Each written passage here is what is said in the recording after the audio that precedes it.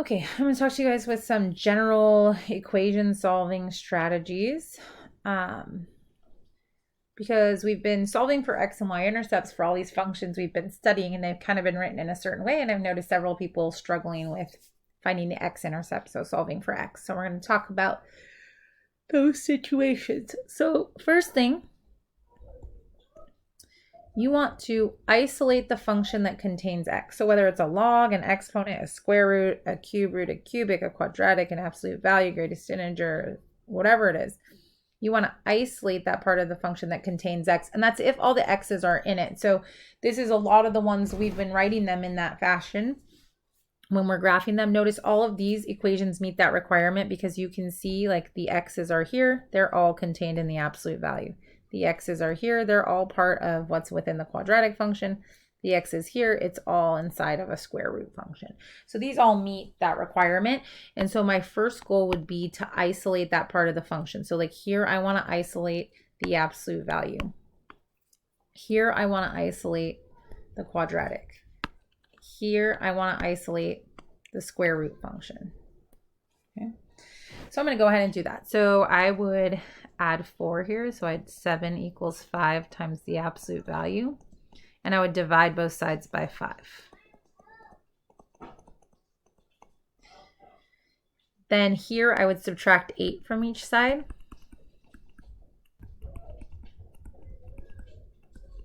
And then I would times both sides by the reciprocal, so negative 3 over 2. So I would have, let's see, 12. And then I've isolated the quadratic portion of what that is. And then here, to isolate the square root, I would add 10 to both sides. Okay. So now that I've isolated the function, this second step that I wrote up here is to use the inverse of that function to rewrite an equation so that x is no longer stuck inside of that function.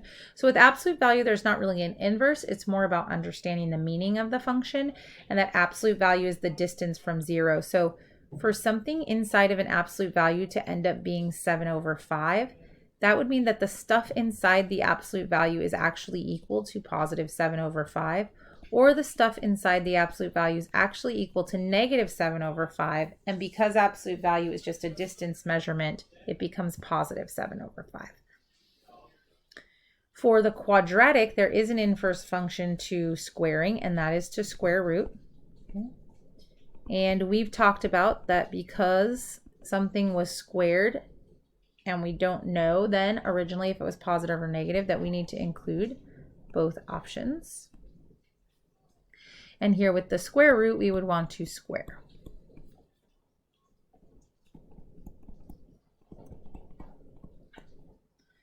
All right, so notice that these are all now written in a way where you can finish solving for x. So that's what the next step is.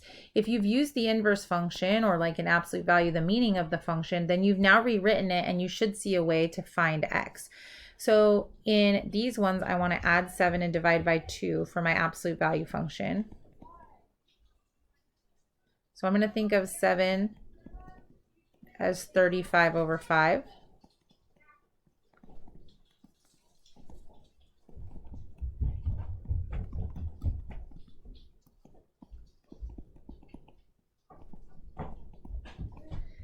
And then I'm going to divide by 2 or multiply by a half.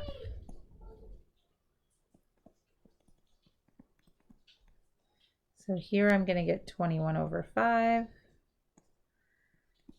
And here I'm going to get 14 over 5.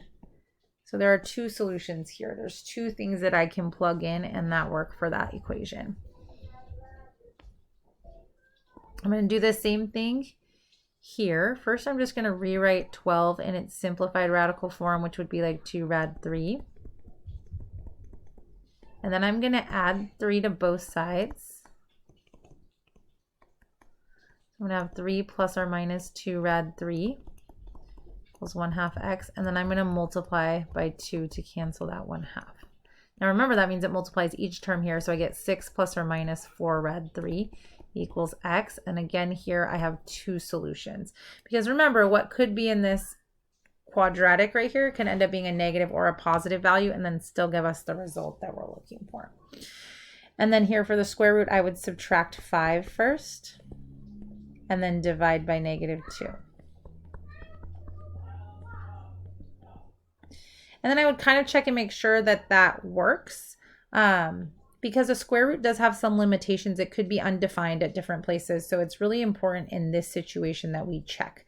So notice that was kind of my last step I listed here, was to check, especially when it's necessary.